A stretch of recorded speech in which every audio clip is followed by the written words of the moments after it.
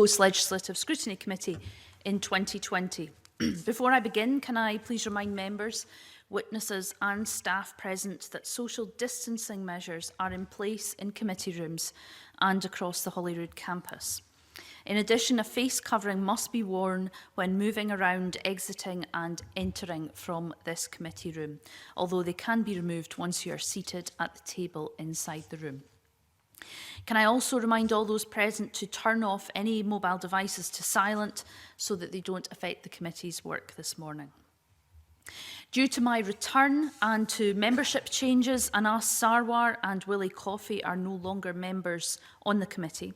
I'd like to thank both Anas and Willie on behalf of the committee for all of their work over, in Willie's case, many years on this committee, and for Anas Sarwar for stepping in while I was on maternity leave. I'm very grateful to them both.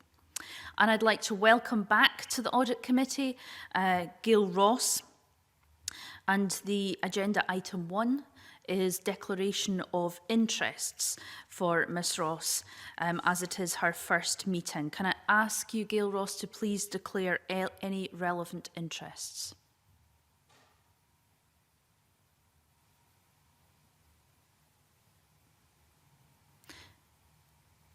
Can Gail Ross hear me? Gail Ross, agenda item 1. I'm just asking if you'd like to declare any relevant interests to the committee. Thank you, Convener.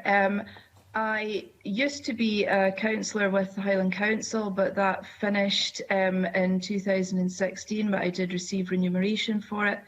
Other interests are that are relevant to the subjects that come up as we go along. I will declare if I need to. Thank you. Thank you very much. Agenda item 2 is decision on taking business in private today. Do any members object to taking items 5, 6 and 7 in private this morning? Okay, I'll take that as agreed. Thank you very much. Item 3 is the Section 22 report, the 2019-20 audit of NHS Tayside.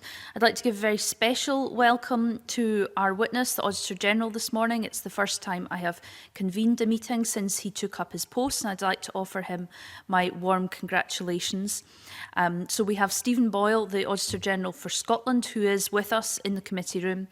We have Fiona Mitchell-Knight, Audit Director of Audit Services, and Lee Johnson, Senior Manager, Performance Audit and Best Value, all from Audit Scotland, and the two women are both appearing remotely. I understand that the Auditor General has a brief opening statement that he'd like to make. Thank you, Convener. Thank you for your introductory words and welcome back. Good morning, everybody. This 6th consecutive report on NHS Tayside updates the committee on the progress that the board has made against matters raised in previous reports. Concerns about financial, performance and governance issues all featured in these earlier reports. Today's report sets out the progress NHS Tayside is making in meeting its financial and performance targets and some of the risks that lie ahead. The external auditor gave an unmodified audit opinion on the 1920 financial statements. She highlighted the board's effective financial management and ongoing improvement in governance arrangements. In 2019-20, the board delivered £26.3 million of savings, but still required additional financial support from the Scottish Government of £7 million. The current 3-year financial plan from 2020-2021 aims to achieve break-even each year, but significant financial savings need to be made to achieve this. The COVID-19 pandemic has had a significant impact on the focus and priorities of NHS Tayside, and the effect of this on its financial position and savings targets have not yet been reflected in its financial plans. It now needs to do so. Overall service performance improved last year, but long-standing concerns about mental health services resulted in a highly critical independent report on mental health services in Tayside being published in February 2020. NHS Tayside also needs to implement its plan to improve mental health services. NHS Tayside is making progress under its new executive leadership team, but there are still risks ahead. The achievement of a balanced financial position depends upon the successful delivery of a transformation programme that reflects its new and evolving priorities. I'm joined today by Fiona Mitchell-Knight, the appointed auditor, and Lee Johnson. And between us, convener, we'll look to answer your questions. Thank you. Thank you very much, Auditor General. I'm going to kick off with questioning on your Section 22 report, because this is the 6th year that Audit Scotland has had to use its emergency powers to write a Section 22 report on NHS Tayside, and I think the 8th year that they have needed extra cash from the Scottish Government. Now, we know, and your report makes very clear, that progress is happening, but it says quite clearly that transformation progress has been slow, and that the Board of NHS Tayside itself acknowledges that that pace needs to increase. Can you tell me, Auditor General, in your opinion, why you think that pace has been slow? I think, thank you, convener. I'll start, and actually I'll invite Fiona Mitchell-Knight in a second to augment my remarks on it. Our sense is that NHS Tayside was making progress. You're right, this has been long in the making, with the number of reports that my predecessor chose to make about the challenges that the board had faced over many years, plus the challenges of its financial position. The reasons behind these are well documented, and the committee is of course very familiar with some of the challenges that the board have had in terms of delivering a balanced financial position, tackling some of the governance issues, and then the underlying cost issues of its organisation. What we saw up until really the pandemic struck was an organisation that was making progress. And things perhaps borne out, you see some of the service performance indicators that it reports. You see that we're broadly in line with national performance issues, and in some cases above those targets. So it pointed to an organisation that was making progress, and then the pandemic struck. So we note in the report, as you touched on, convener, that there are still very significant financial savings that the board had to make in order to deliver financial balance over the next 3 years. But to do so, the context of the pandemic, it now needs rapidly to increase the pace and deliver a new plan effectively that says this is how NHS Tayside will look in the future. Really significant challenges remain, albeit we say that progress has been made. And I'll just see if Fiona wants to bring any additional perspective to that. Intervene before they do come in, because I've heard from quite a few doctors around Scotland that we all know and we all acknowledge that the NHS is under huge pressure because of the pandemic, because of COVID. But there is concern that there were huge pressures on the NHS before the pandemic struck in March, as we both know. And so can we really allow the whole narrative and pressures of the pandemic to detract us from the work that we were looking at before this as well? Because, Auditor General, I would point out that in your report, a lot of the statistics actually predate, although it's coming before us today and was just published last week, a lot of the figures predate the pandemic. I mean, the mental health vacancy figures are from November 2019. That's over a year ago now. So can you tell me, before your colleagues come in, why you think it was slow before March? Because that was clearly the case. The progress of transformation was slow. So, yeah, I maybe take that in a number of different aspects, if I may, convener. I think I thought really carefully about a Section 22 report for NHS Tayside this year.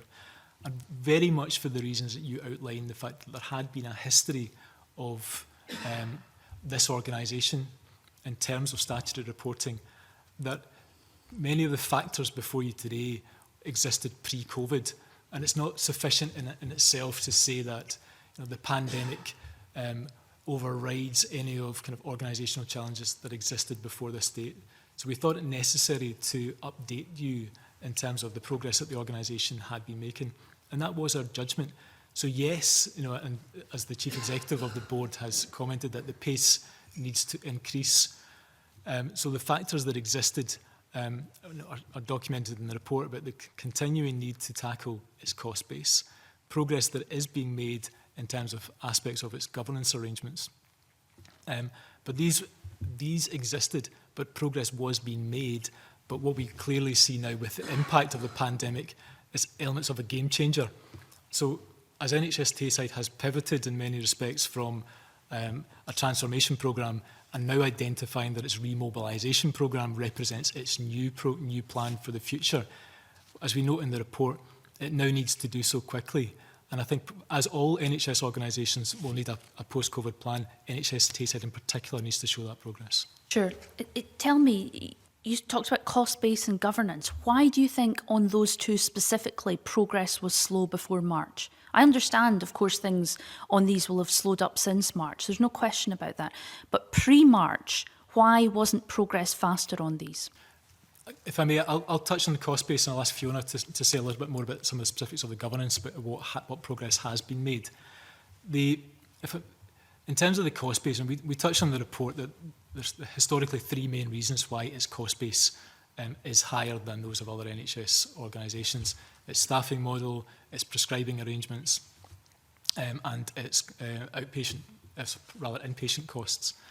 In particular, reference in the committee will have heard much on this about the work of the Assurance and Advisory Group and the external support that NHS Tayside was receiving from the Scottish Government and others to tackle these factors. It's undoubtedly complex, and it requires engagement from their staffing, patients, and their GP community. And I think in the round, convener, we'd say that progress was being made.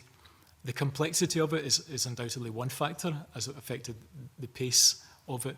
Some of the disruption that the organisation has experienced in recent years, we would also say have been factors.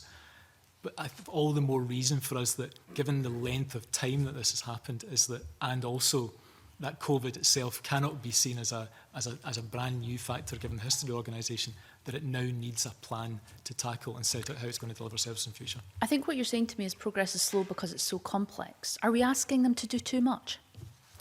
I think complexity is a factor, but the analogy would be the case of every health board in Scotland. Every health board delivers complex services across the country. NHS Tayside has had some particular challenges that it needs to tackle. None of these are new, and our report's not shedding any light on brand new factors for the board. The important aspect of that it needs to, with pace, as we say, get a new plan that sets out how it's going to deliver high quality service with financial balance. Okay, Fiona Mitchell-Knight. Thank you, convener. Just to build on what the Auditor General has said there, he referred to the historical and wide-ranging challenges that the board has inherited with its cost base. But I'd just like to say that there have been a number of changes made in senior leadership over recent years, and I feel that they've had a positive impact on the board's position. I'm more confident that the board's financial plans are now realistic and can be relied upon. The board has delivered its financial plans for the last 2 years, and it's projecting that the underlying financial position for this financial year is to break even, and that's without the use of financial flexibility funding. And there's also an increased level of recurring savings. Of course, increasing challenges from the COVID pandemic need to be factored in, but the board's anticipating that the COVID costs will be fully funded. And while we've reported and the board acknowledges that transformation overall has been slow, over the last 2 years we've seen the Chief Executive and the Director of Finance introducing a sharper focus on improvements that genuinely improve the board's financial position. So specific performance measures that have the most impact on the board's financial position are monitored and reported. And in 1920, the board delivered savings in excess of its target, more than £26 million. So it's right that the board does have a historical high cost base, and changes to this will take time, but I do see an improved financial position. There's evidence that the approach and better focus from the current senior management team is working. One of the areas that the Auditor General mentioned, for instance, was prescribing. And what we have seen this year is a reduced prescribing costs in primary care. And whilst prescribing costs in secondary care grew, there have been efficiencies and a greater focus on managing those prescribing costs. And a medicines management group is set up to manage growth in prescribing across acute services. So what I'm seeing is evidence of the new focus from the senior management team having an impact. And of course, COVID will have affected that progress. but I do see the remobilisation plan from COVID as an opportunity for the board to sharpen that focus further. Thank you, Fiona. That's good news on prescribing. That was one of my questions. Graham Simpson has a supplementary. Auditor General, what is it about the operating model that is expensive? You refer to this in your report. You know, what specifically makes it more expensive than other boards? Thank you, Mr Simpson. I'll start in broad terms, and I'll ask Fiona again to offer some additional examples about where the board's cost base differs from those of other boards in the country. As we set out in the report, really three main areas that we say that there are outliers, and these are historical for the board. In fact, before I give the examples, say that much of the context of the board is set out in its operating model that's been set up historically over many years following the merger of trusts and boards, and the pace at which it has and the way it delivers services to the residents of Tayside. The three factors in terms of its staffing model, its prescribing costs and its inpatient costs are all the three that have been somewhat stuck in terms of progress and delivering that pace that differentiates it from other boards. But I'll ask Fiona just to kind of set out in a bit more detail as to kind of how that's happened and the plans, importantly, that the board has to reduce it.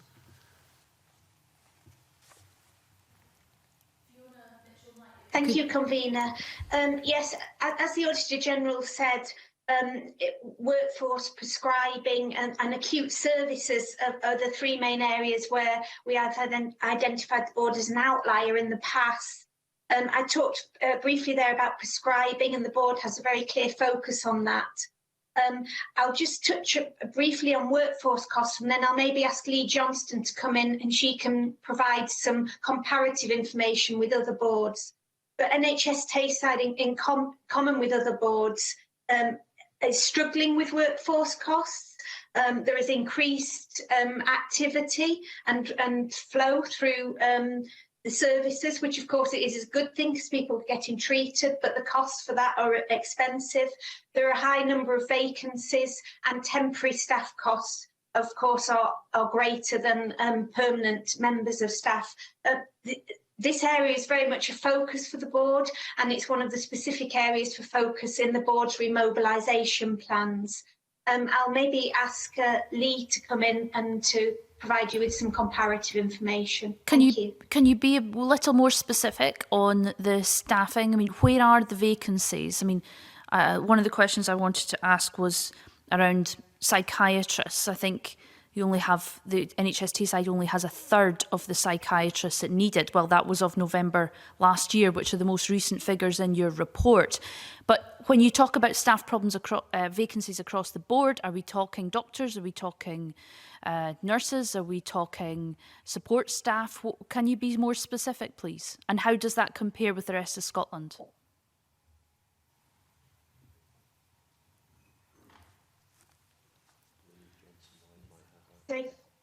Convener, I actually don't have that information. Lee Johnston might be able to help you with that. Lee Johnston? Thank you, Convener. I don't have exact figures to hand, but we could get those for the committee if you'd like me to. In terms of the previous question on costs, again, I don't have them to hand, the exact comparative figures with other boards across Scotland, but we do have those. And again, I can provide those to the committee. I think the reason we comment on particularly prescriptions, staffing and inpatient costs is because through our analysis, we can see that they are above the Scottish average. But I can supply the exact figures in comparison with other boards if the committee would like that. I mean, I'm going to bring Graham Simpson back in. We've known for a long time that inpatient costs are higher in Tayside, and I think it has something to do with estates and part of the rural element in Tayside, and I understand that, and I know they're working on it.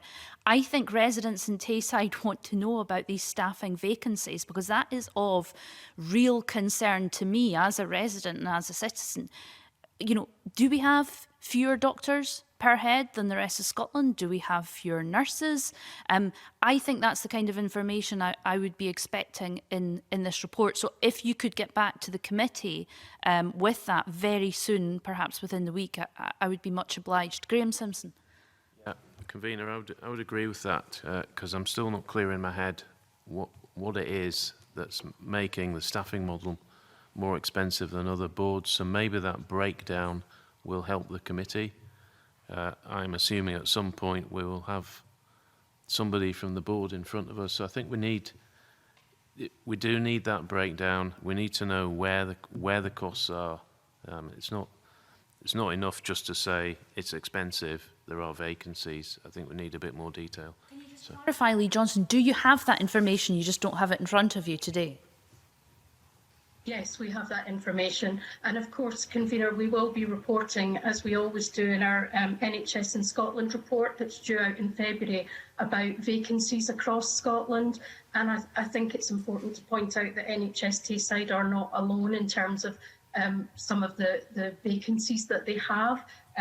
It's well known that across Scotland there is trouble in recruiting workforce in certain areas, but I can indeed get that information for the committee and send it across. I can send the comparator with the costs across different boards in Scotland and also the vacancies across the boards in Scotland as well.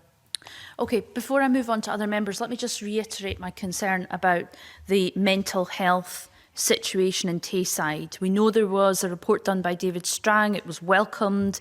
I believe they're having weekly meetings with the Scottish Government, and that is something I'm following up, but I am really concerned about the level of staffing in this service. So, Auditor General, your report says that as of November 19, NHS Tayside needed 23.6 whole-time equivalent psychiatrists, but was employing a year ago 7.85 whole-time equivalent psychiatrists. That's a third of the number of psychiatrists we need. And we know that since the pandemic started, that the mental health need for mental health services has increased massively. Do you have any more recent figures, Audit Scotland, on the current situation on staffing and mental health?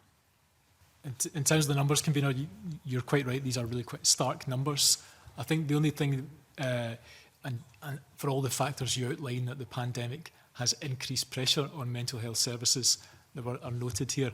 The team and I can certainly check through NHS Tayside whether there are more up-to-date numbers.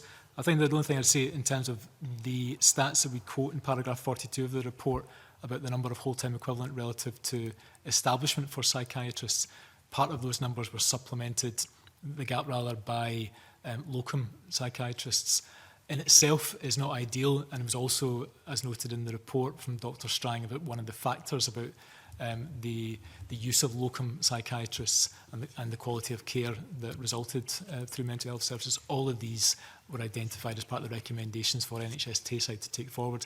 In terms of the numbers specifically, we can check that, and indeed I'm sure the board themselves would be in a position to update through some of their publicly available information. Okay, thank you. So if you could come back to me within the week to the committee, I'd be much obliged. But on those figures, on staffing, where the vacancies are, and also on the situation within the mental health services, including children's mental health. Thank you. I'm going to move to Colin Beattie, please. Thank you, General, as has been mentioned already, we've had 6 years of Section 22s. And I've sat here and obviously looked at them all over those years. Every single report that comes in says there has been improvement, and your report this time is no different. If we've had 6 years of improvement, why is it we're seeing exactly the same problems that we've had before? There's nothing new here. Nothing has moved on. Why not? I'm not sure I would entirely agree with your analysis, Mr. Beattie. I think what we've seen is progress in this year. It's been a volatile history, I think, as the committee will be well versed in some of the challenges that the board have faced. For some of the reasons that we captured in the report and Fiona Mitchell-Knight touched on, we have seen examples of progress in the financial position being one, improvements in financial management, delivering financial balance within the round and receiving, albeit receiving financial support of £7 million from the Scottish Government during 1920, but that being within the typical framework that the Government has established for a degree of financial flexibility. We've also seen the board taking steps to improve the quality of its leadership and filling vacancies therein. And also we'd see that we have seen examples of service performance improvements, all of which pointed in our analysis to a board that was making improvements. Part of the rationale for preparing a Section 22 report is to support this committee's scrutiny, for support public understanding, and I'd set out some of that progress that the board has made, given, as you rightly say, the fact that there have been 6 consecutive years of Section 22 reports. It feels it's an important step in some of that public scrutiny to evidence the progress that's been made. What we do say, though, is that there is a continued need for some of that progress to be sustained, and particularly now with the pandemic and their planned remobilisation plan, that's really fundamental now, that the pace and the quality of that plan now needs to be put in place. You seem to be putting a little bit of a rosy turn on this one, but if you look at paragraph 42 in your report, you say here staff had raised concerns about the safety of patients. That doesn't sound like an organisation that's embraced its transformational change and is making the difference. As I say, every single item that we've talked about here has been in every report for 6 years. Do we now have in place senior management, proper governance that can actually drive this change through? Do we have that? So I'll ask Fiona to come in a moment about the changes in the leadership. I don't agree that this is an entirely universal positive picture. There are real fundamental challenges that the board have to still to tackle. Some of those are common across health boards across the country. You particularly mentioned mental health services, undoubtedly a really serious report that Dr. Strang produced. Many recommendations and steps that the board now needs to take, engaging with users of mental health services and their families. An update report will come next year in terms of the progress that the board has made. I wouldn't understate the challenges that the board needs to tackle, Mr. Beattie, in terms of the impact that COVID will have on its plans, the quality of its services. And one of the fundamental messages we have in the report is the need for an effective, deliverable plan that delivers high-quality services and financial balances. But I can ask Fiona just to say a little bit more about some of the leadership developments that have taken place. Same thing. It's not one single item that was on the first report 6 years ago has actually been fully resolved. And even things like the high levels of non-recurring costs that they take as savings. I mean, that's been in every report. You talked about high vacancies in some of the senior posts. In previous reports, we found that what they were doing was they were managing the financial gap by delaying appointing people, and evidence was found in that regard. I don't know whether there's any evidence of that in this, but we've got continual problems with the governance. We've got staff continually giving forth their concerns about patient safety, and that goes right back to the first report as well. And it's not terribly encouraging. There are signs of progress would be our analysis of this board in terms of its financial position, some of its leadership changes, its service quality stats. Signs of progress would be our overall assessment of it. But nonetheless, it doesn't detract from the fact that this is a board that's still got very significant challenges. All health boards have very significant challenges, no doubt. Some of the specifics you mentioned in terms of its recurring and non-recurring savings, it's true that the numbers in the financial plan referred to tens of millions of pounds needed to be saved over the course of the next 3 years. The sign of encouragement perhaps would be that it delivered financial balance in 2019-20. Nonetheless, though, it does need to deliver a plan through its remobilisation plan that sets out, here's how we're going to deliver high-quality services and how we're going to do it in terms of... It's not just about financial balance. No. There's more fundamental issues than that, although that's important. No, I agree, Mr. Beattie. So in terms of financial balance and service quality, addressing the mental health challenges in NHS Tayside, along with ensuring the stability through effective leadership and governance arrangements across the organisation. Now, the Assurance and Advisory Group has completed its work. What support are you aware of that the Scottish Government's giving to NHS Tayside, given the position it's still in? So I'll ask Lee Johnson to come in and say a little bit more about the Assurance and Advisory Group and how that's progressed, along with the wider support that the government is providing the organisation. The one thing I would maybe say beforehand is that NHS Tayside, so the committee will remember that it was a level 5 board in terms of the escalation and support that it was receiving a few years ago. That dropped down to level 4. And it also has received many millions of brokerage from the Scottish Government over years too. The financial support that it received in 1920 of £7 million was within the financial flexibility framework that was set out for boards each year. Some of the specifics of the detail, I'll ask Lee to just update the committee on the Scottish Government's role at the moment.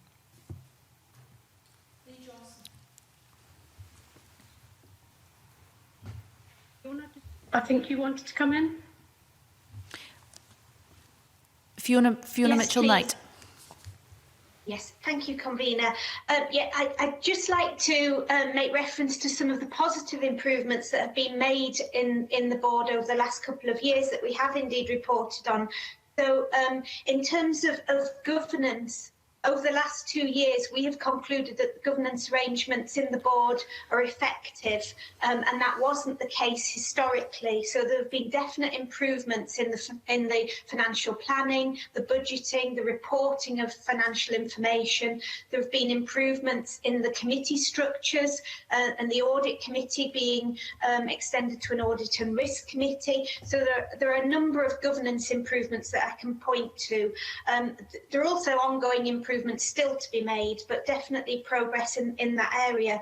The Auditor General referred to the senior leadership team, and whilst we have reported that there are a small number of vacancies in our Section 22 report, and some of those have subsequently been filled, there have been a number of important appointments in that senior leadership team as part of the restructuring of that team, and I feel that we are seeing real positive impact from that, as I referred to earlier, particularly the Chief Executive and the Director of Finance in delivering against the financial plans. In the past, it was the situation that we couldn't really rely on the financial plans, that we felt they were unrealistic and there was no evidence that the board delivered on them. That isn't the case now. For the last 2 years, the board has delivered on its plans and actually overperformed and given a slightly better position than anticipated, and that looks to be the case this year as well, despite the large number of savings that they have to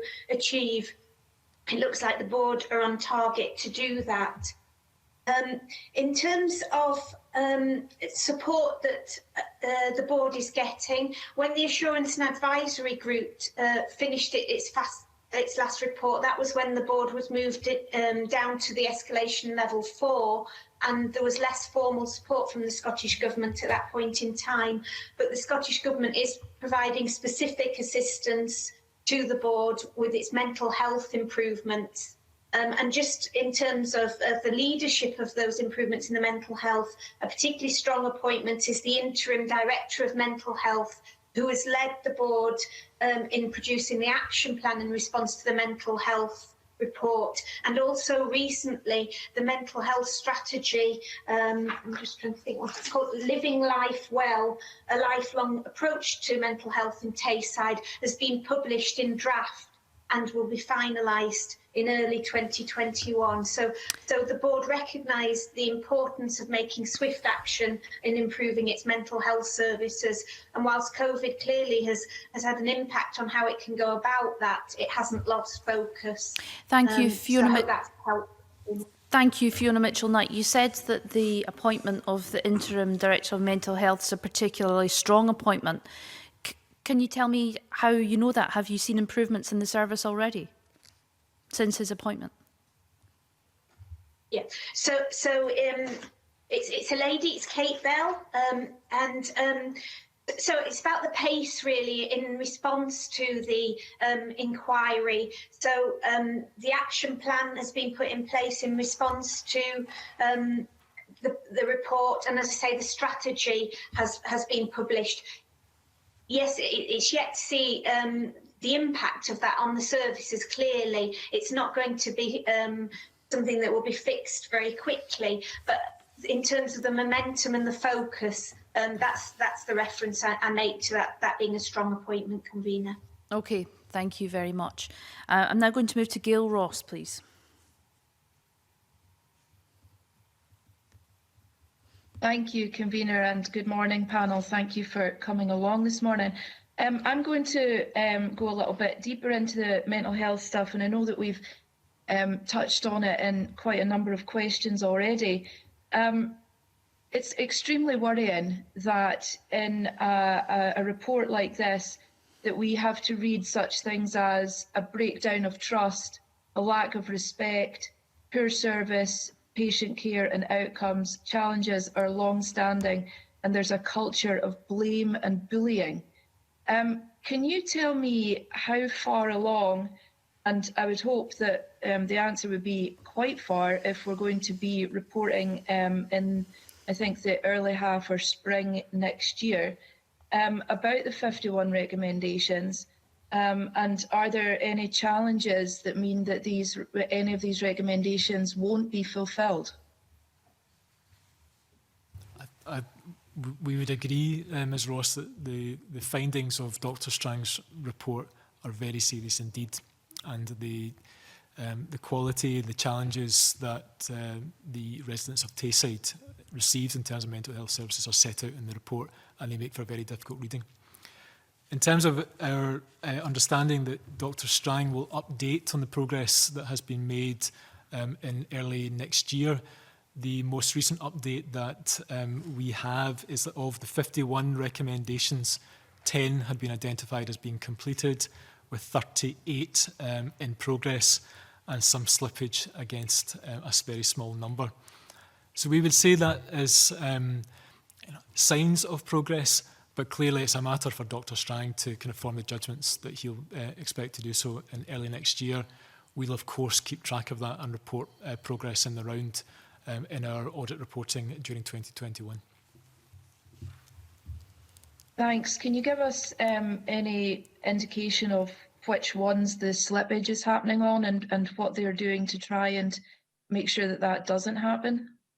I'll check with my colleagues. I'm not sure if we have the specific detail about those numbers, but I'll just check in with either Lee or Fiona whether they know the specifics of those.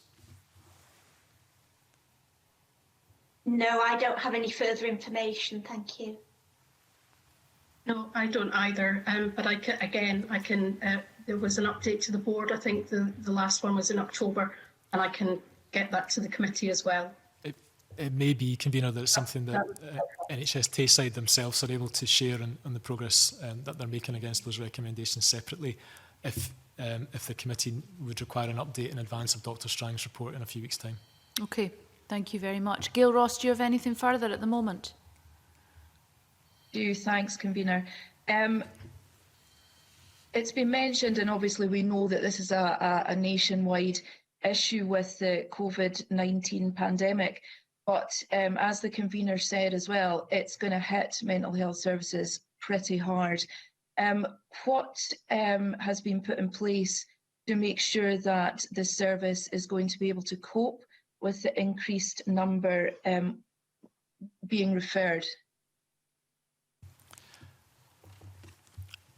I think we'll try our best to give you that detail if we have it, Ms Ross, but I suspect it may be a question that NHS Tayside themselves is better able to set out about the steps that they've taken to respond to the pandemic. The only, I guess, thing I would add before seeing if colleagues can supplement is that NHS Tayside starts from a more difficult position than other boards in terms of dealing with the impact that mental health the impact of the pandemic rather on mental health, and as the numbers the convener set out in terms of the availability of psychiatry services, and then the kind of wider impact on child and adolescent mental health services and so forth. All of that emphasises the importance, I would say, of tackling the 51 recommendations that are set out in the report.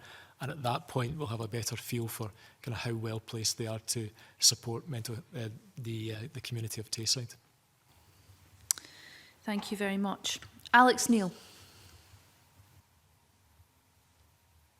Can I begin by looking at the impact of the welcome improvements in financial management, but has that impacted on the quality or level of services? In particular, have you looked at, during the time these improvements were being made on the financial side, have there been any deteriorations in the 8 key KPIs in terms of things like waiting times, cancer treatment, A&E turnaround times? Because I'm delighted that the financial situation's improved, but I don't want it to be at the expense of service performance. Thank you, Mr Neil. I'll ask Fiona Mitchell-Knight to come in a moment to kind of set out some of the detail of the individual KPIs. I think what I would say initially is that they both matter. It's not acceptable to have improvements in financial management and see resultant deterioration in service quality. We don't think that's the case with Tayside. We think what we saw was both improving financial management, delivering financial balance, but also improvements in the service performance indicators as well.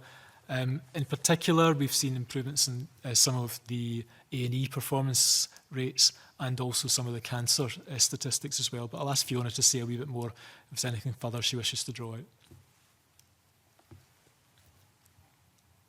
I don't really have any detail to add other than overall performance against standards has generally improved since last year, but of course performance is mixed. Lee might be able to give you a little bit more detail, but just to give reassurance that in terms of focus on the financial position, it's always balanced with the impact on clinical care. The two are not treated in isolation. Lee, do you have anything you can add on the detail, please? Thanks, Fiona.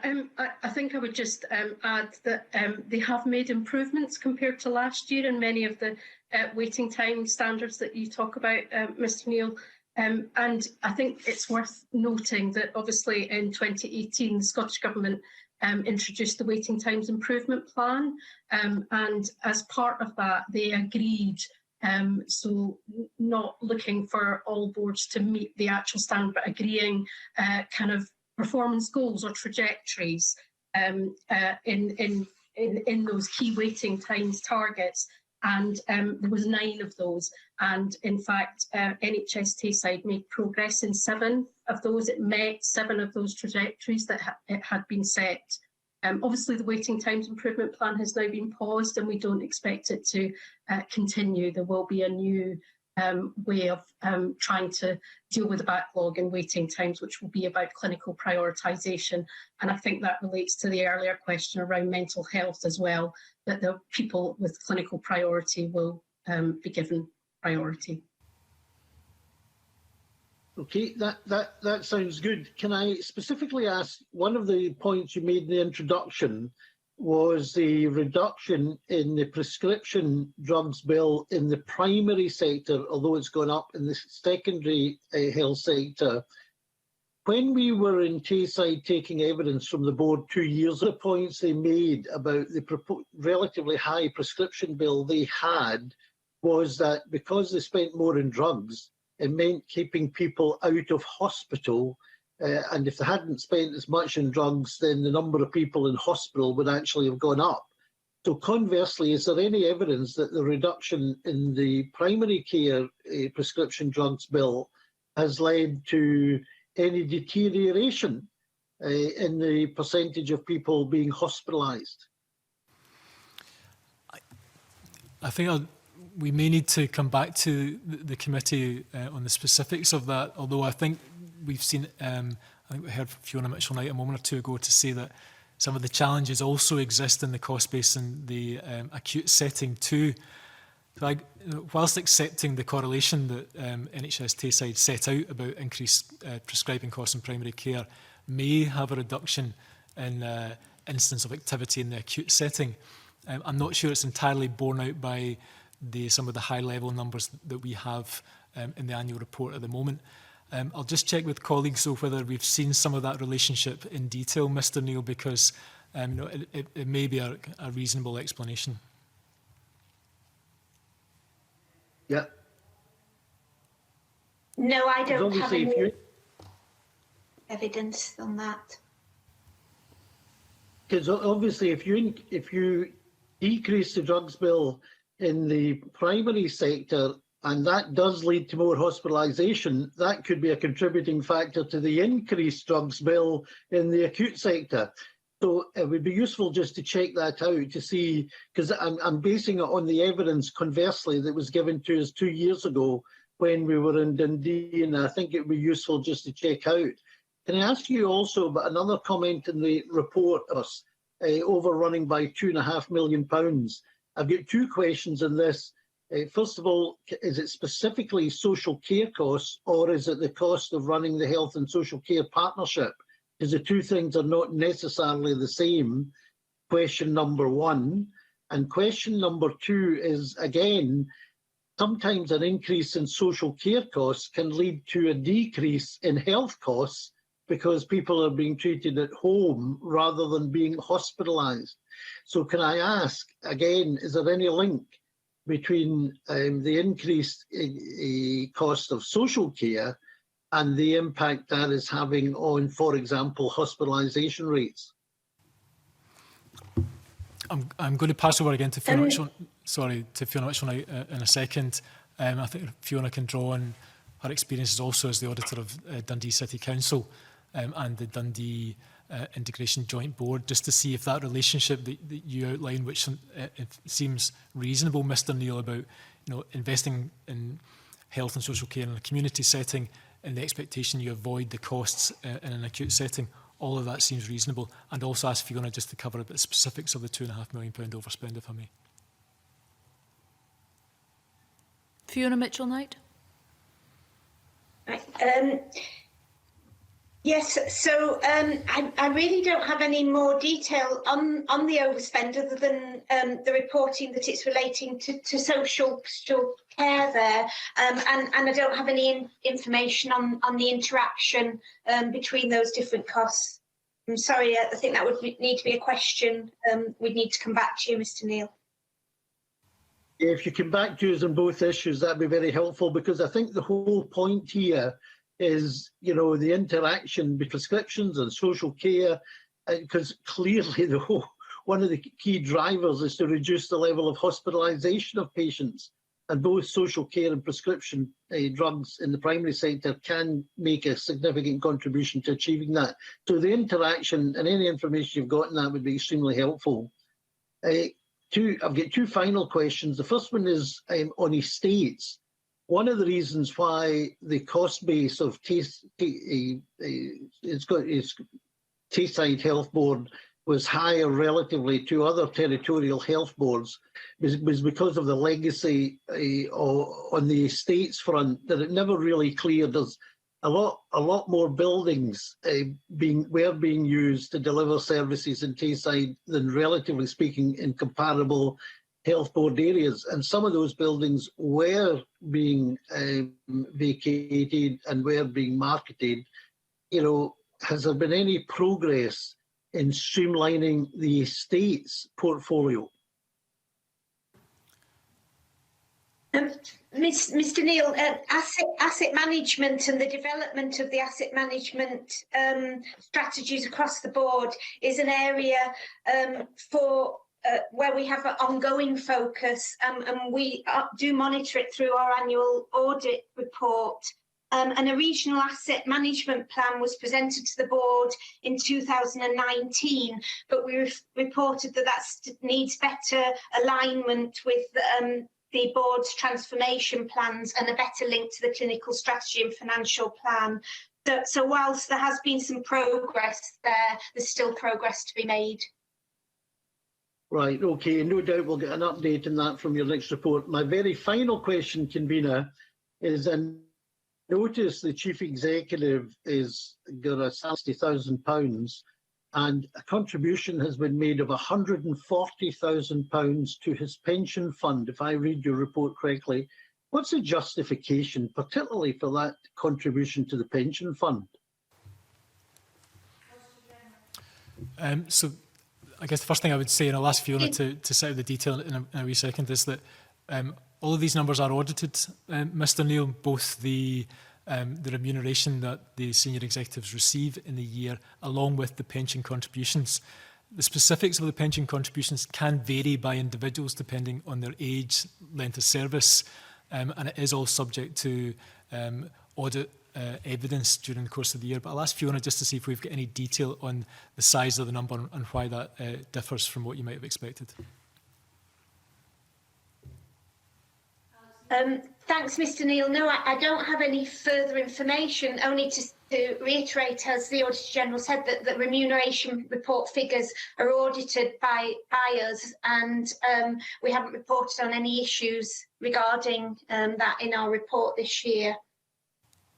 But even though they're audited, I mean, for example, Ferguson Shipyard has audited accounts, but, you know, nobody would argue that it's a particularly good record that we've ended up where we have, for whatever reason. The fact that it was audited doesn't answer the question. What is the justification for that level of public expenditure, in this case, on a pension contribution?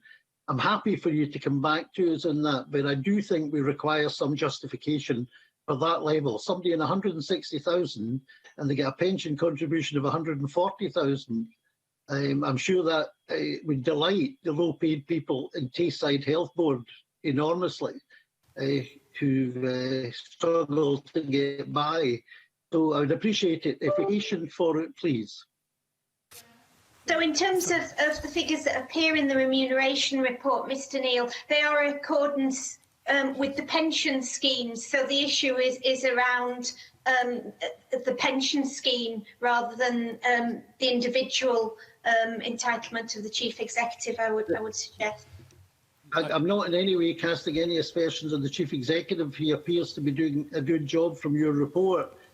What I'm asking as a member of the Public Audit Committee is, could you please explain to us why that huge pension contribution was made? I'm happy to take that in writing, but I do think we merit a justification.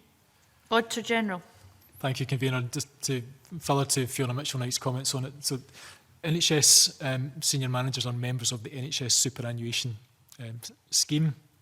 The scheme will set out what the employee and employer contributions will be for individual members. I think, as Fiona says, we'll come back to the committee with any additional information that we have. Factors that may influence some of the size of the numbers that will be disclosed as to whether or not there's been any transfers in from previous pension entitlements, and of any other factors such as age and length of service, which can lead to variabilities in pension entitlement. I think what we would offer in terms of assurance to the committee is that the numbers have been audited. They'll be set out from information that the NHS Tayside has received from the Scottish Public Pensions Agency for that. But if there's any further information that we can provide the committee, we're happy to do so. And it may be that on this point, and I think the other one, if I may talk back to the earlier question on the overspend in terms of the relationship between primary care and acute services, the NHS Tayside themselves may also hopefully have some further updated information. Thank you. Bill Bowman. Thank you. I'd like to speak about some of the financial matters that are in your report, and a couple of them have been raised by Alec Neil, but I'll come to that in a minute. On page 8, Exhibit 2, you give the projected financial savings. Just for clarification first, are these figures that have just been lifted from NHS Tayside, or have you put these together or changed the numbers in any way? So thank you. The exhibit NHS Tayside, these are from NHS Tayside's strategic financial plan covering 2021 through to 22-23. And before I pause, Mr Bowman, I would say that the scale of the savings of £85.2 million that they identify, these were identified before the COVID pandemic.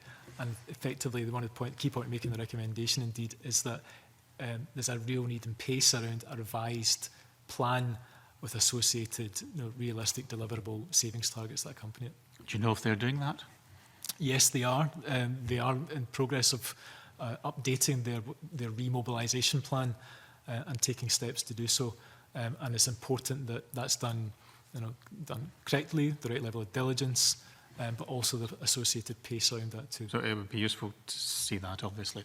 But just in the way this was put together, the numbers all come down to a deficit of 0.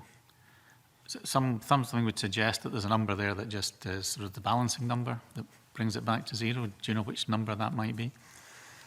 All of these, there's some detail, as you can see in the exhibit, as to the numbers that will be delivered. It's not uncommon, I would say, for a savings plan to have that level of analysis within it. I don't think we would recognise the balancing figure in it, and one of the key roles that we carry out in our audit work is to ensure that there are robust savings, and also as a role for governance within health boards, that they too are probing and analysing and making sure that there's sufficient levels of detail behind any savings plan. The last thing I would say, as has been touched on already this morning, is that some of these savings plans will have very specifics, more typically associated with recurring savings, and some will be more led by activity that happens during the course of the year. The committee's heard previously many times about the use of vacancy management arrangements to deliver non-recurring savings. So there will be a balance between those two arrangements as ever, and there's a far stronger basis for recurring savings as opposed to non-recurring. So it's a nice presentation, but we can't really see the detail from here, is perhaps what you're saying. No, I think what I'm saying is the NHS Tayside has the detail, and it's incumbent upon them to, that it's not just a high-level analysis. Any credible savings plan has to be supported by detailed plans, steps, and in many cases down to very specifics around estates, prescribing savings, and workforce and so forth. Without that level of detail, then it's not a credible, robust plan. Okay, so the next couple of questions I lifted or came about from looking at the financial statements, which, as you maybe know, came very late to us yesterday because they weren't put onto the annual report was not put on the NHS Tayside website for some reason. So if I've missed something in my skim through, I'm sure you'll forgive me. Talking about the integration joint boards, which I think Alec Neil raised, you say there's an overspend of 2.05 million for social care and 0.35 relating to health. Now, the report says that NHS Tayside has a 50%, let's call it stakeholder interest in the joint boards, and they jointly control. So just first of all, does anybody control the IJB? So the IJB is a body corporate, so it is an individual public body. It is subject to audit and scrutiny. It has its own board. In terms of the membership and makeup of the board, it's a joint, and hence the narrative refers to 50%. It's a joint relationship between NHS and the local authority, and the split between those two organisations. Do you know if there's a deadlock arrangement if they both vote against each other, shall we say? So I can maybe just pause for a moment and ask Fiona Mitchell-Knight just to set out how some of the governance of decision-making works. If you can do it briefly, that would be helpful.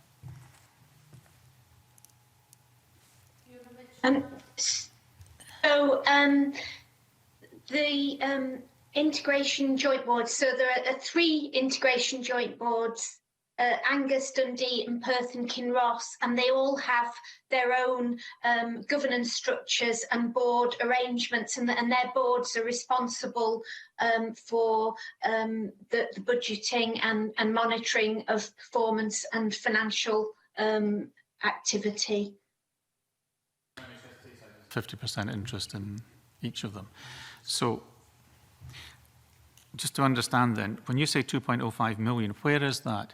Because if we have a 50% interest, then presumably the more we charge to the joint board, the more we get back. We get half of it back. Is that how it works?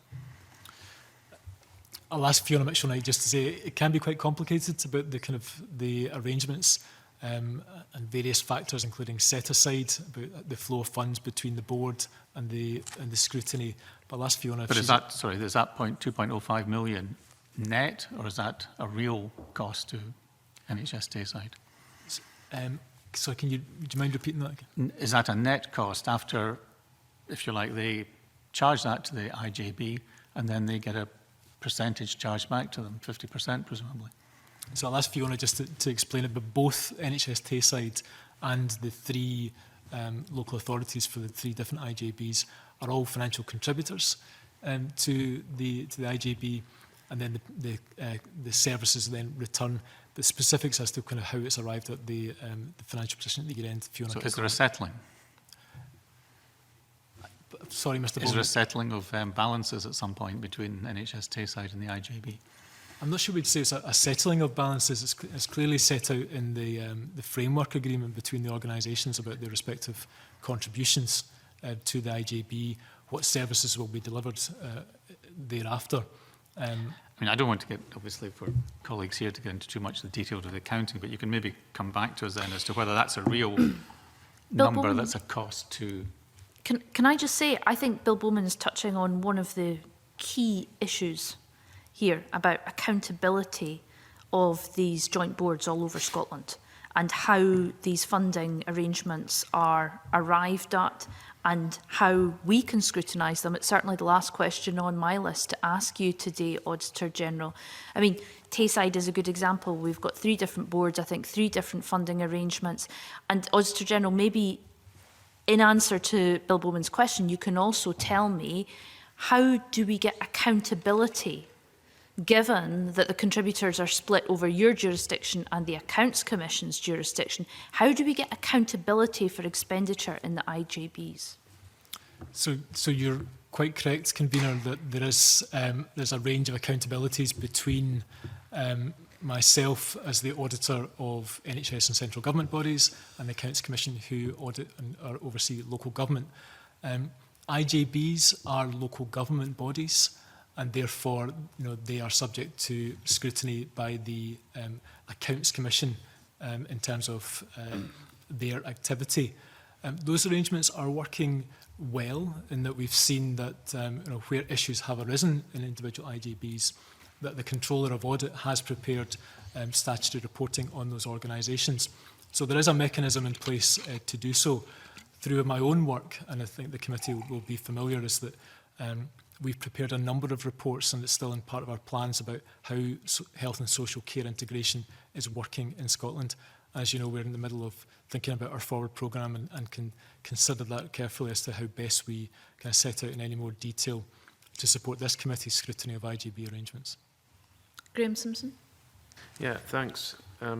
So there are three joint boards in the Tayside Health Board region. I just wonder how, is that unusual? I mean, I live in Lanarkshire, so we've got 2 councils there, 1 health board and 1 IJB, not 2. So I'm wondering why they need 3 in Tayside. It's not for you to justify, but I just wonder how, is that a normal arrangement? Yes, it is a normal arrangement. It's effectively the fact that there are 3 local authorities operating within the NHS Tayside boundary. In your own area in Lanarkshire, there are 2 local authorities, and there are 31 IJBs in Scotland, and as the committee have heard previously, there is 1 that's operating the lead agency model, which is NHS Highland alongside Highland Council. Bill Bowman, I interrupted you. Thank you, Convener. So I was just going to ask that perhaps you could explain, not now, but to us, how that 2.05 million, where it hits the accounts of the various bodies and how much of it flows around and comes back to us. I can happy to ask Fiona Mitchell-Knight to explain that in a bit of detail, if it would be helpful just now. I think I've got some other questions. Is it okay to? Yes, if we can try and be tight. Thank you. If you could come back on that. The other one then was looking at the accounts again, and there's an item on page 62 of the one I was looking at called Fair Pay Disclosure, which compares the highest paid director to the median or the average remuneration of the employees. And I noticed that picked the total remuneration of 190,000 of one of the directors, whereas in fact we've just seen that further up the page the total remuneration of Mr Archibald is 300,000, which would give a much higher multiple.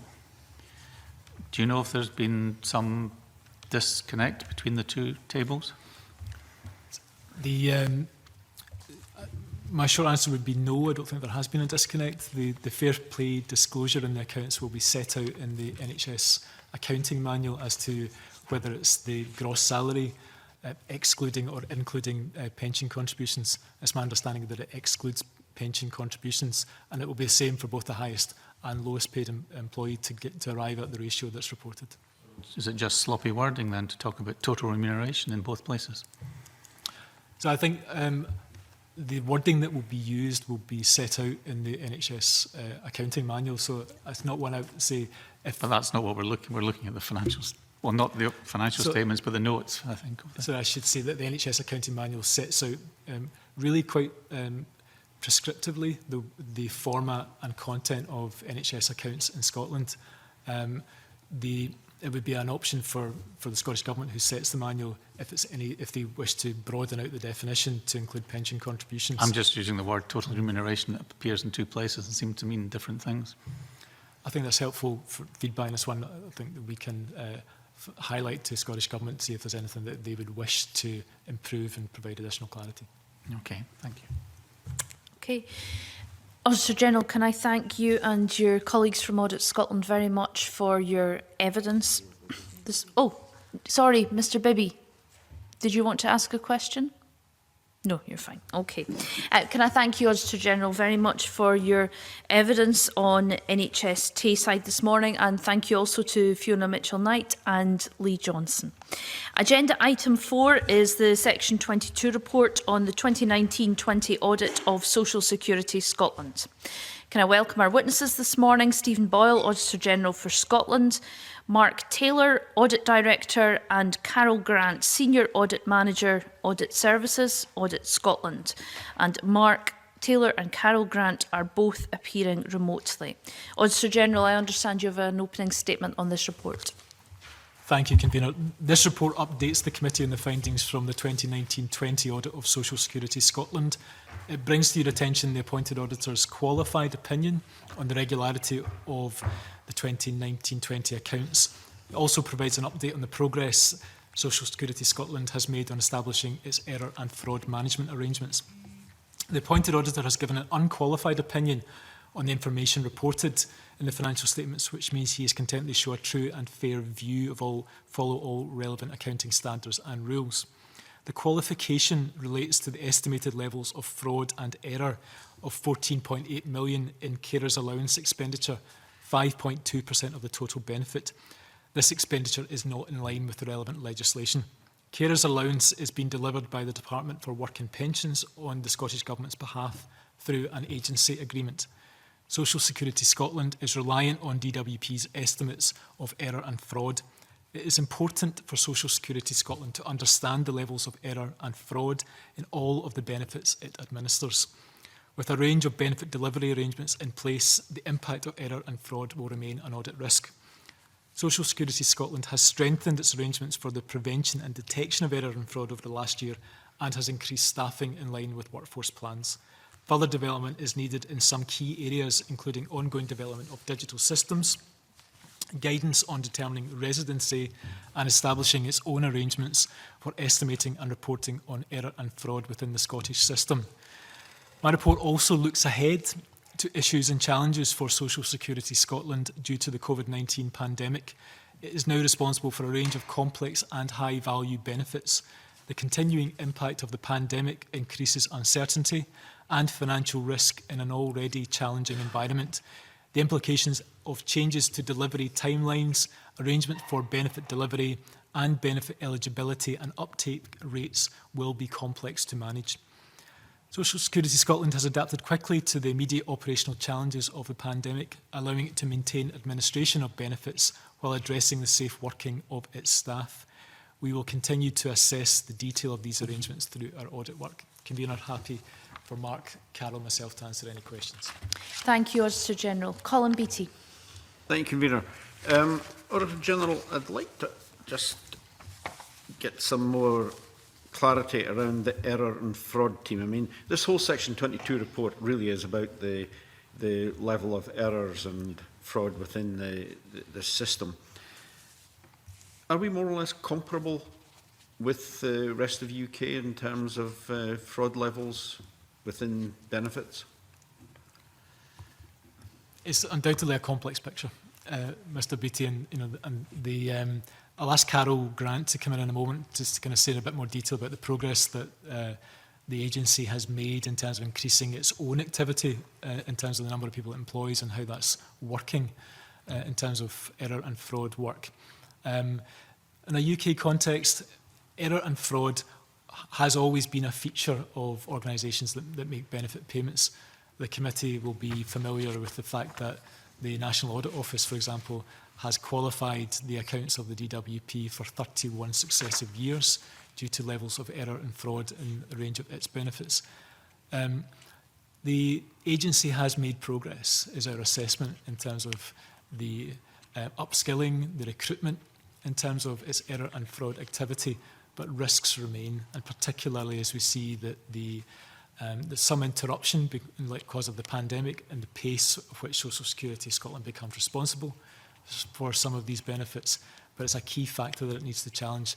And I think it would be useful for Carol maybe to say in a bit more detail about how that's working. Just before we move to her,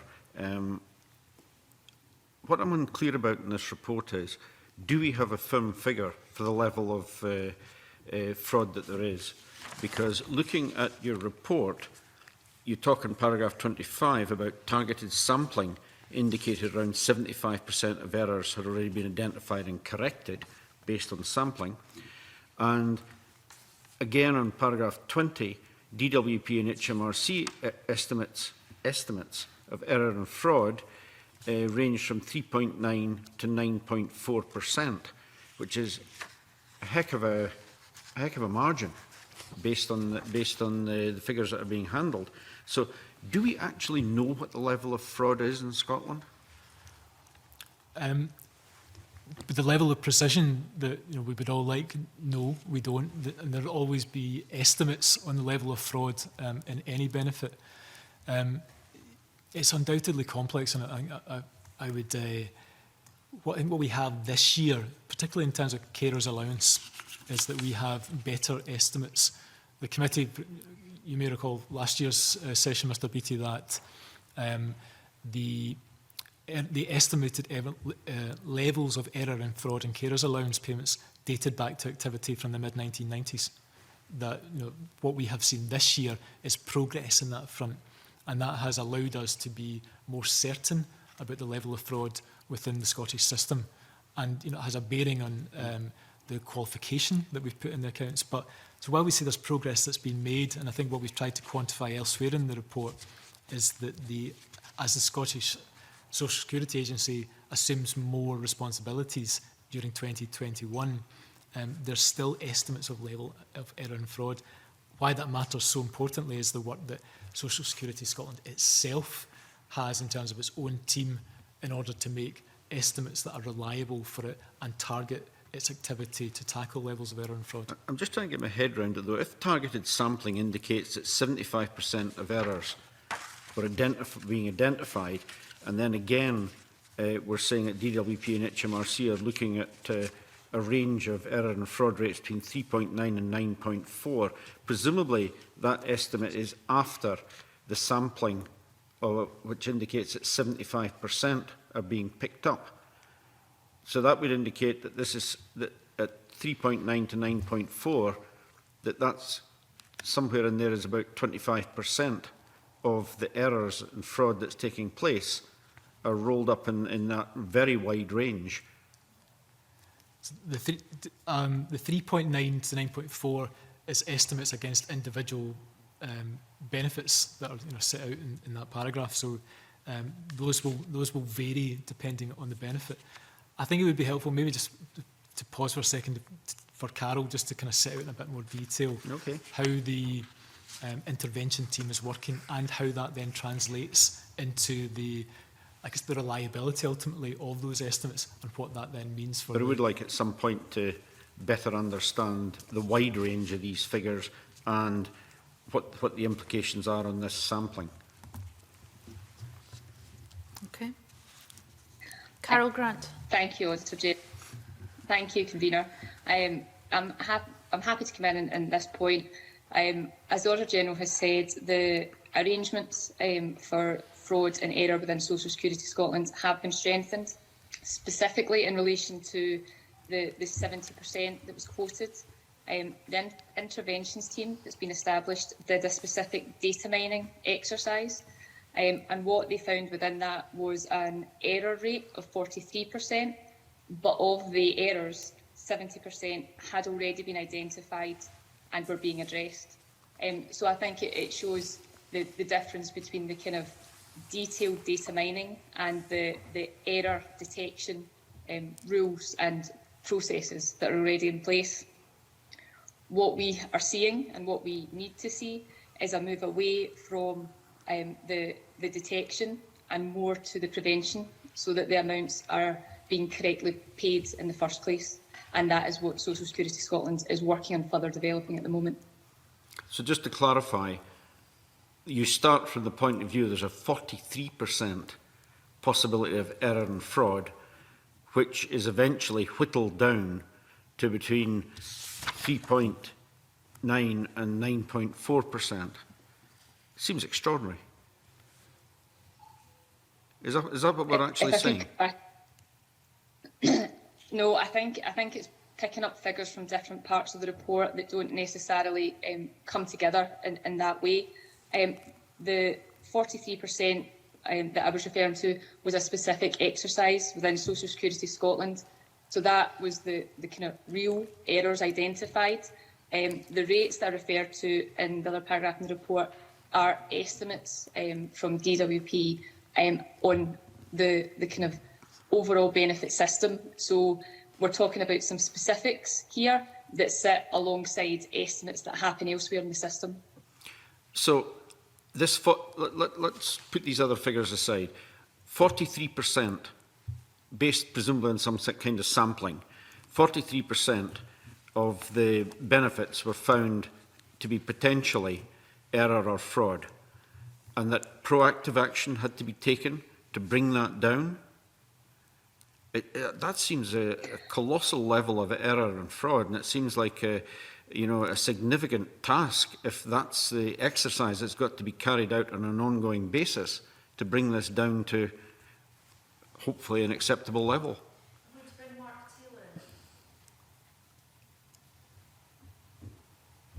Sorry, Convener, can I come in on this one? Yes, please. I think, thank you. So, Mr Beattie, I think the starting point is that at this stage, Social Security Scotland does not measure its overall error rates. And one of the things we say in the report is they need to build up their capacity to do that and start doing that and publishing that. So in reference to your initial question, we don't know in an overall assessment whether error and fraud rates in Social Security Scotland are in line with or vastly different from what's in the benefits that they administer from what our experience is in the Department of Work and Pensions. What it does do is for the benefits administered for Department of Work and Pensions, it relies on the figures that Department of Work and Pensions prepare at a UK-wide basis. And that's the basis for the qualification that we've made in the report. But really importantly, they don't yet do the work that's necessary to undertake their own estimates, and they're building up their capacity to do that in the way that we set out in the report. Separately, a part of the work that they do is on a targeted basis where they look at high-risk areas. They go and see whether the frontline processing has picked up what needs to happen in those high-risk areas, and where there was an error or suspected fraud there, that's been dealt with at the front line. If it's not been dealt with at the front line, then they correct for that at that point. So that's kind of targeted risk-based work that we're unable to extrapolate to the overall population because it focuses on the higher risk areas. The key part from our perspective is at this stage that Social Security Scotland cannot tell us what its overall error rates are in those areas that are administered directly by itself, and we're really clear that it's important to begin to build up the capacity to do that. So what about this 43% figure? So what's left is that where they have done that targeted work, that they have that they undertake then the corrections around that and the ones that they've come across, and they learn in those areas what's happening around the processes, and so they can correct and strengthen those processes. There's not that 43% is or 25% that wasn't identified is a small amount in overall sense. So you brought in a new figure now. You brought in a figure of 25%. sorry, so the figure I was using is that they found 75% of the errors at the front the first time out. So leaving the 75% to the be yet to- 43% is 25%. Sorry, I've not. Yeah, I've not followed where the 43% comes in. Sorry for that one. It was mentioned just now. If I can interrupt, there seems quite a lot of confusion and perhaps we're moving from figures. Carol Grant, are you able to write to the committee and explain this a bit better? Would that be helpful, Auditor General? Yes, Convener, happy to. Auditor General? Yeah, we can do that, Convener. I think the point is, I guess, is that there's a wide range of estimates that are happening within the level of benefits that are within Social Security Scotland and those that are provided on its behalf by DWP. Social Security Scotland is making progress, but it's quite early days in terms of its own capability to undertake the level of fraud and error investigation that it will ultimately need to once it assumes responsibility for all of the benefits in its gift. We're very happy to come back to the committee on the specifics of how the methodology is developing. Thank you, Auditor General. Colin Beattie, do you have further questions?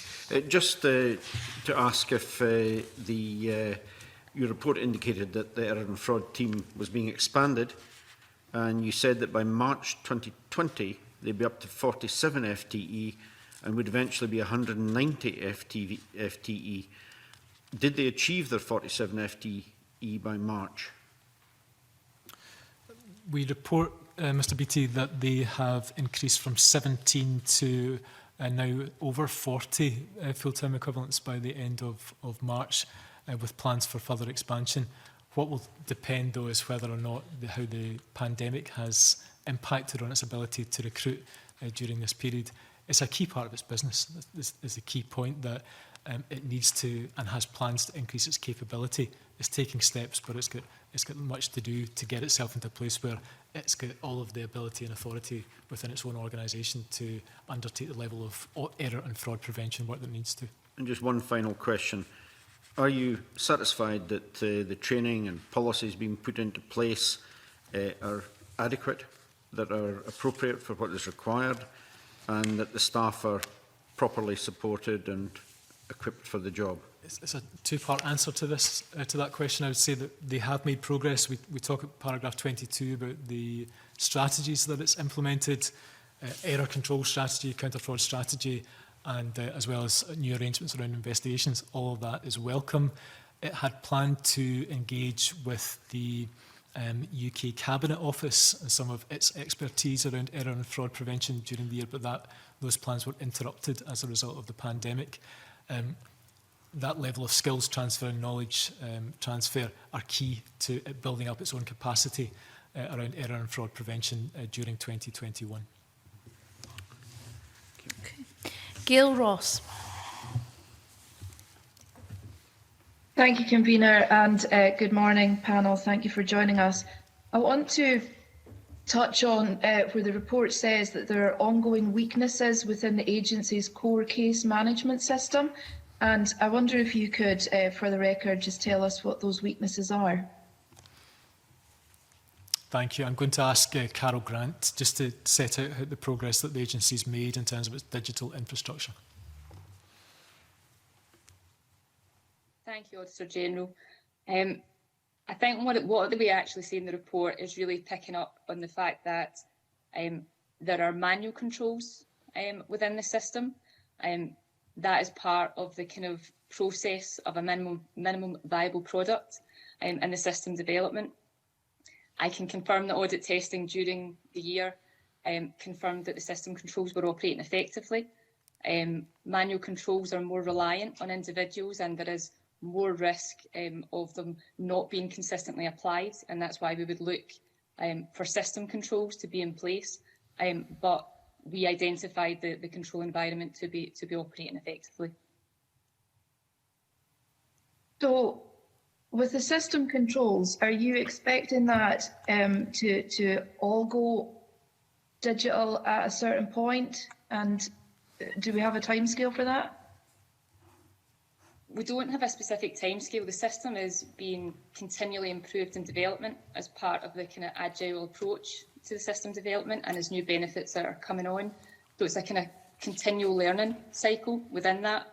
As I said, we would like to see some of the manual controls replaced with system controls, but we are content with the overall control environment.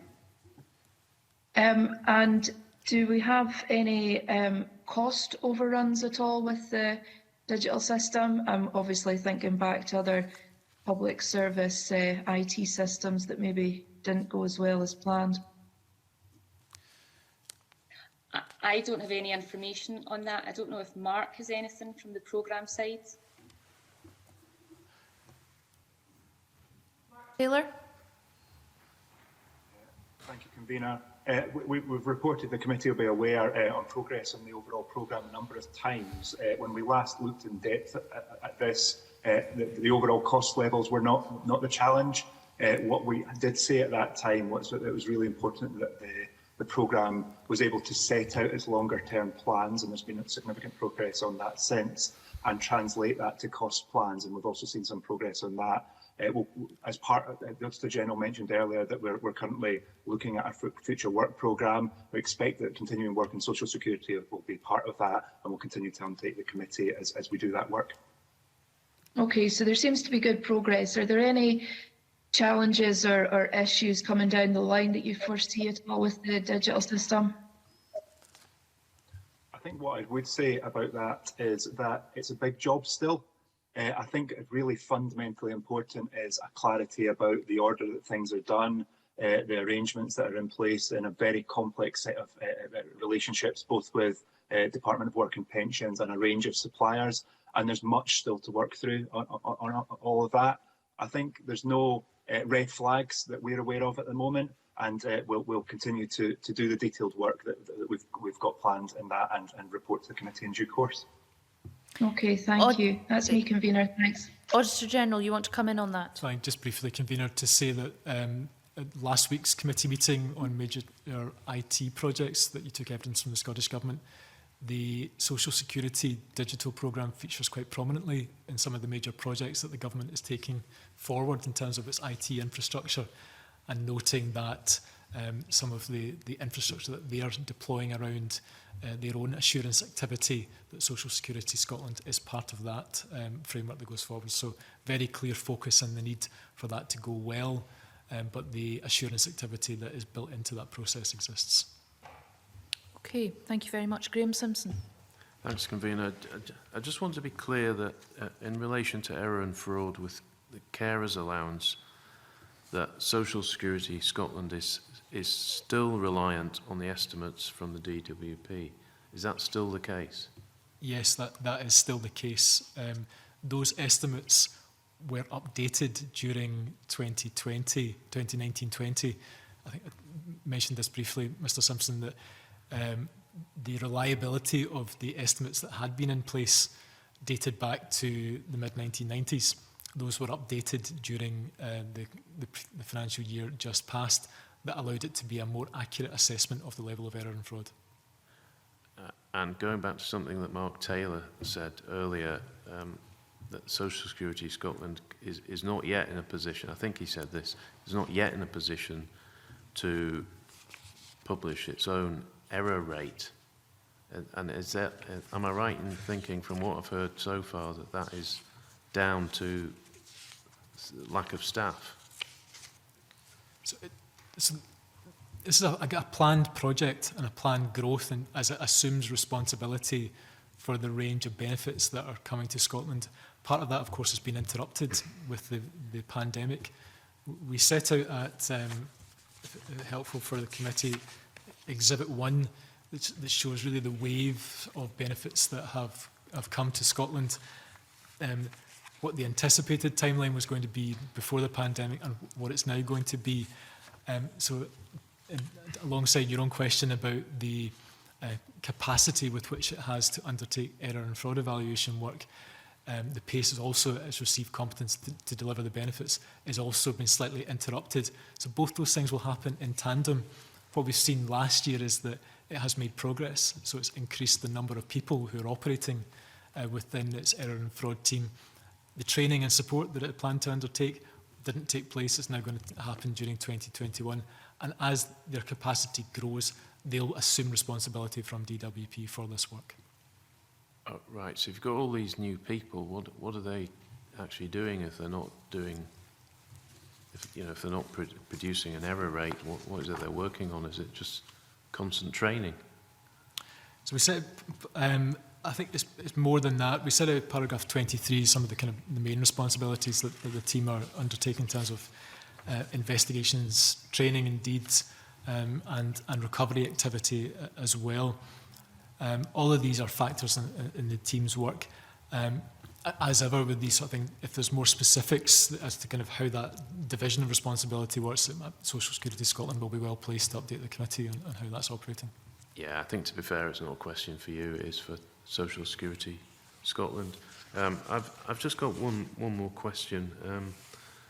In paragraph 11, we see the estimate of 14.8 million of overpayments, and this is in relation to carers allowance. Can you say how that figure was arrived at? I'm happy to start, and I'll ask Mark Taylor to come in a moment just to see how that number was arrived. So, yeah, that really builds on your previous question about using DWP's estimates of the level of fraud and error within carers allowance.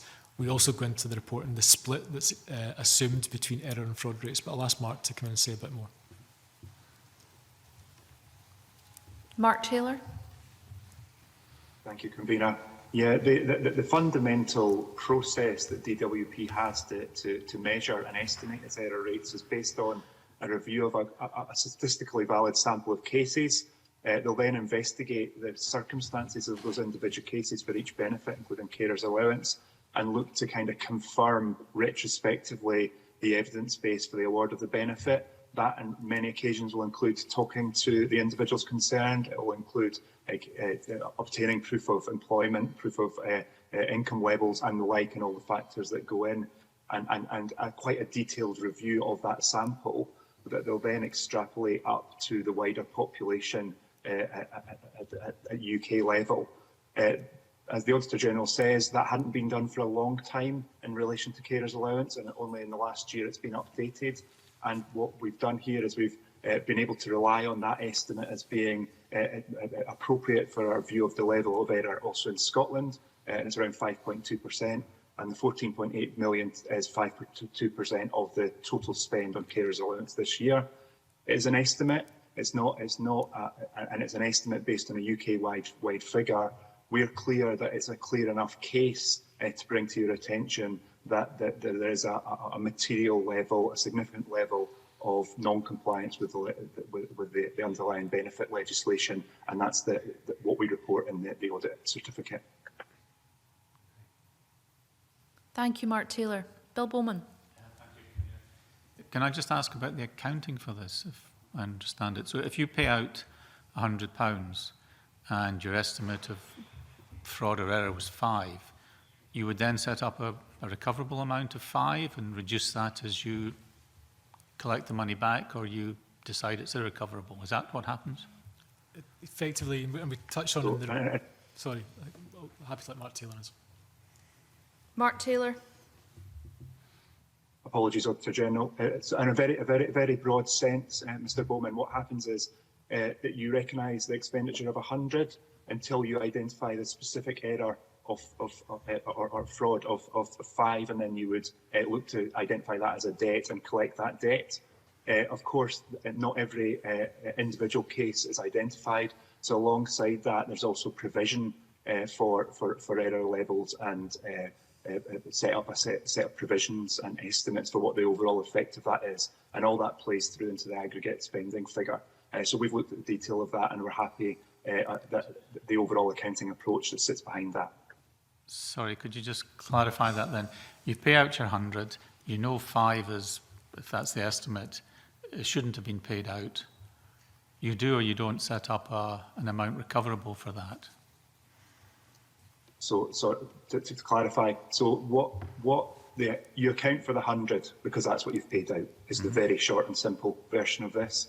Separately, when you identify specific overpayments, you set up a debtor for that overpayment and effectively reduce that 100 for those specific overpayments, So why but wouldn't not for the overall. So why wouldn't you rely on your estimates of fraud and error rates and do it at the time you pay out rather than, you know, dealing with it sort of on a cash basis later on when you get the money back? Largely because you don't expect to recover all of that. In which case you only are would able have to a recover different... an amount of that specific debt.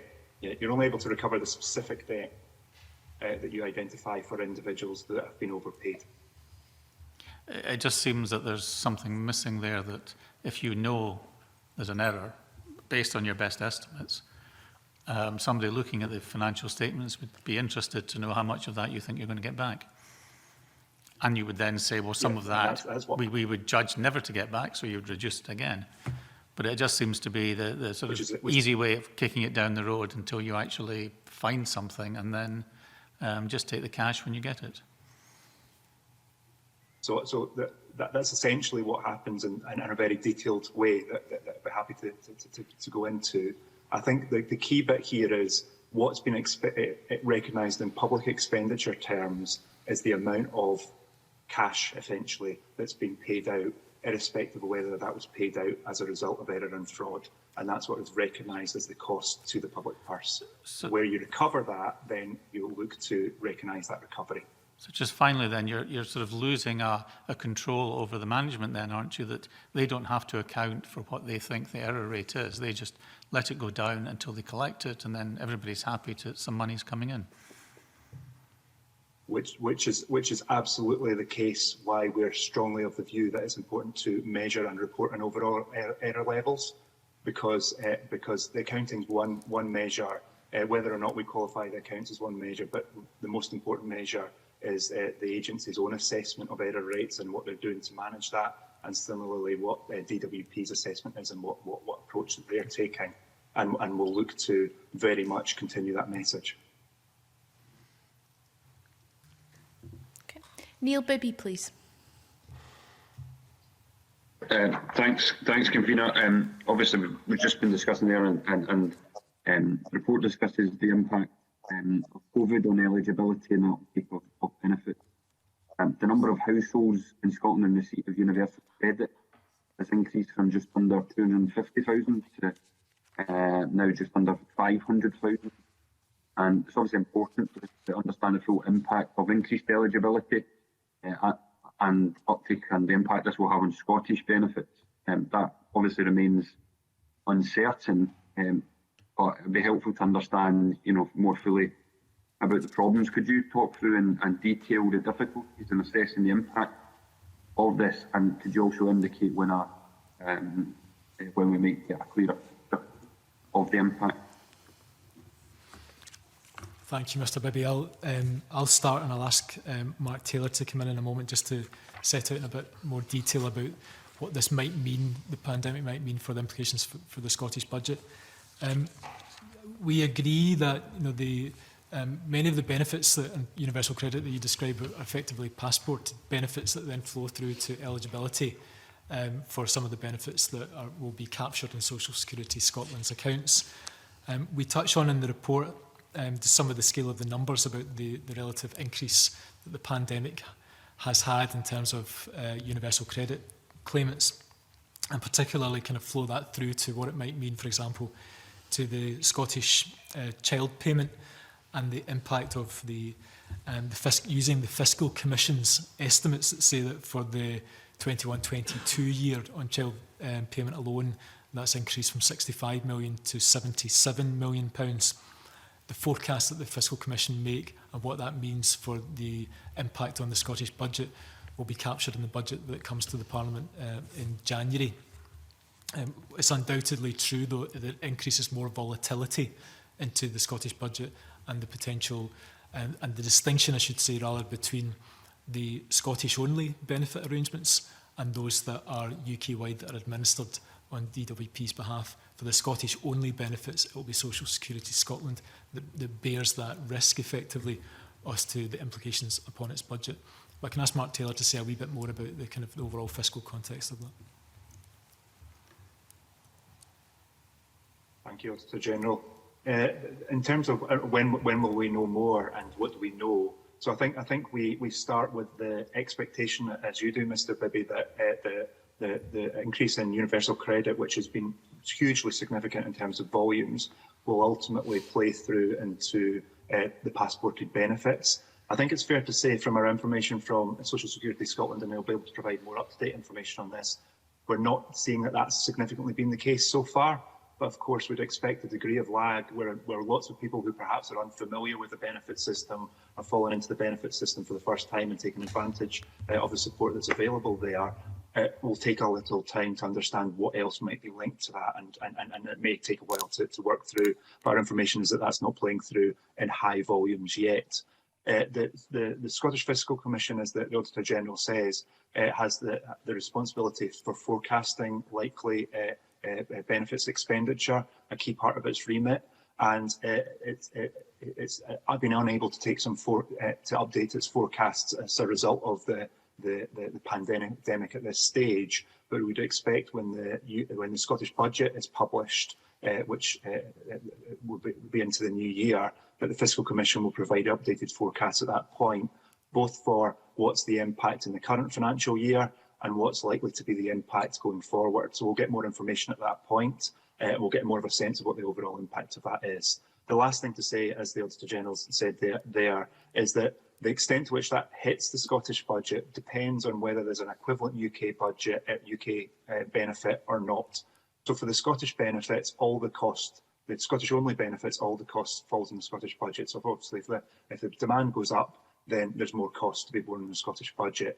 For the ones that have a UK equivalent, what matters is the relative uptake, the relative cost per head at a UK, at an England and Wales level indeed, and a Scottish level. And actually that's much harder to predict. So although you might expect benefit costs to go up, the funding that's available through the block grant adjustment might well go up to the same extent, or indeed more, or indeed less, and that bit's harder to predict. But the Fiscal Commission forecasts will give a bit more insight into that. That's helpful. Thanks for that answer. Thank you, Convener. Okay, thank you. Alex Neil, did you want to come in? Yeah, thank you, Convener. Just a quick question. When I was Social Justice Secretary between 2014 and 2016, I should declare an interest. I had responsibility for initiating the discussions in what process would be used to transfer benefits. The single biggest issue was actually the computer systems used by the DWP, which were more like a penny farthing bike when we needed a Lamborghini. So can I ask the Auditor General, both in terms of Social Security Scotland's future IT capacity as well as the DWP, because you need both to make the proper transfer of responsibility, where do we stand now? You know, so that if we get additional benefits, could they be much more easily and timeously transferred, and without IT being a barrier to doing so? Thank you, Mr. Neil. I'll start and I'll ask Carol and Mark to comment on how that's progressing within the agency. The committee, of course, will be familiar that we've touched on how central and how important effective IT arrangements are across the piece, but undoubtedly for this project. One of the findings that we had in our report in 2019 in terms of updating the progress was around IT systems, and sense that the arrangements between the Scottish Government project team and the agency itself weren't as cohesive as they needed to be. So we've undoubtedly seen progress on that front during the year, that really importantly that the users in Social Security Scotland are shaping and more involved in the process of how IT will work within the agency. So that is welcome, and we capture more of that in the report.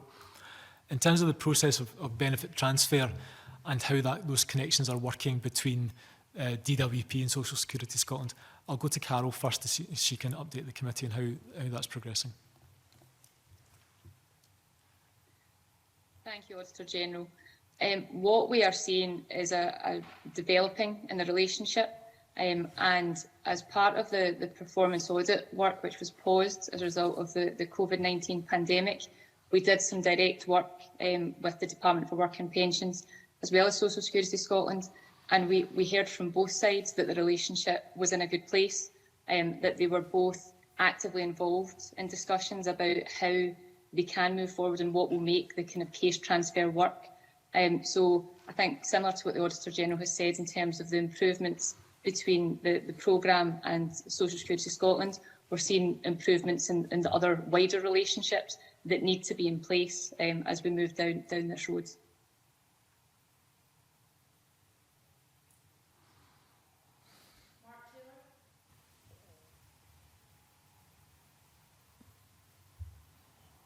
I think Mark Taylor wanted to come in. Mark Taylor, can you hear me?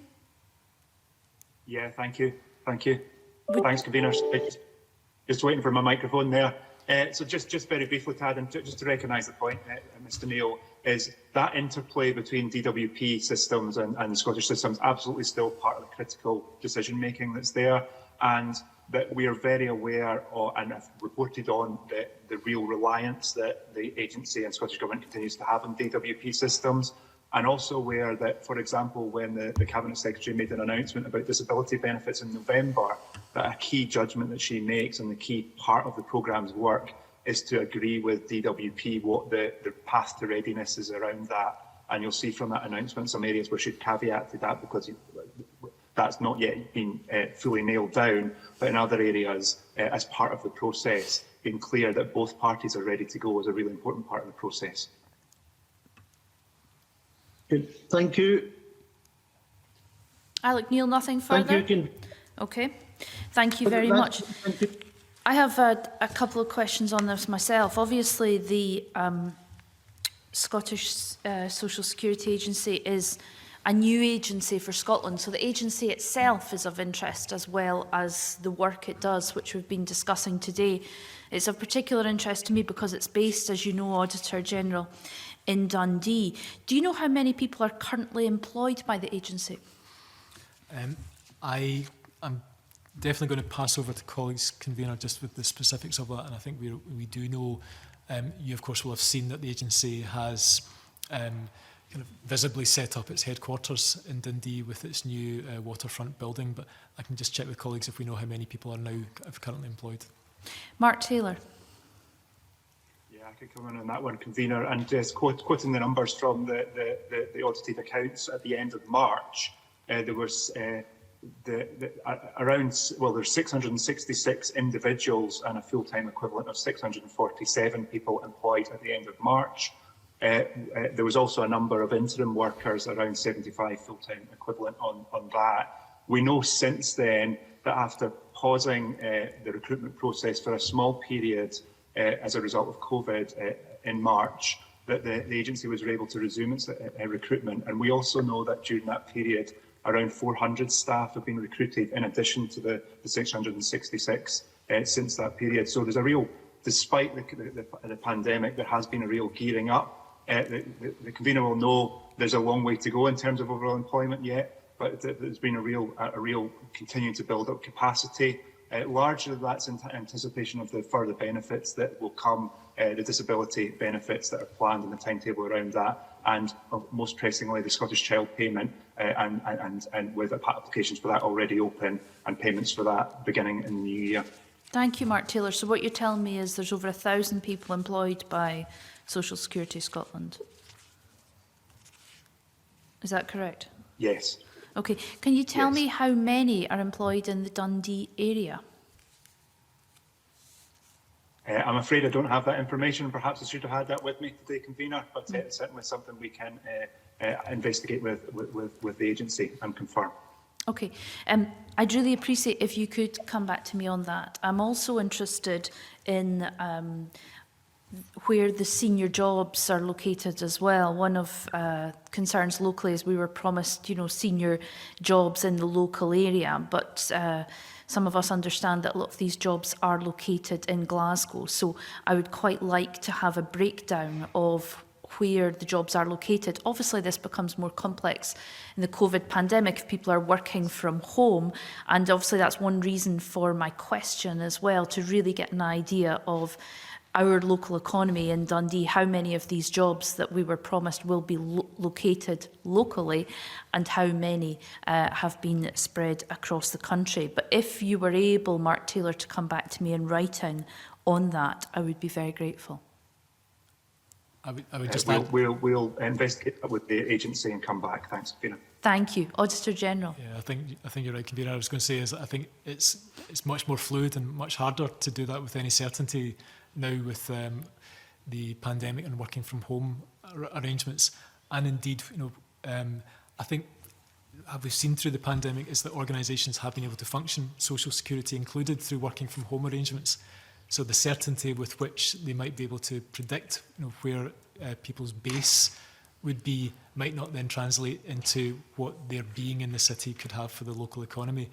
I think it's probably one rather for Social Security Scotland to update the committee rather than us. I think they'd be able to do that with a bit more certainty. If Audit Scotland could give me the information they've got, I mean, I understand that the 1,000 is jobs across the country. I'd be interested to know how many of those, are based people with an address in the Tayside area. But also there's a huge question. The Site 6 was a flagship building for the country. It's directly across, as you said, Auditor General, from the V&A. It was extremely expensive for the local authority. Obviously, the unforeseen circumstances of COVID, it's probably not been used very much at the moment. But I wonder again what the agency's plans are to make use of that building in the future if things return to normal. But these are all questions perhaps we can pick up with the agency.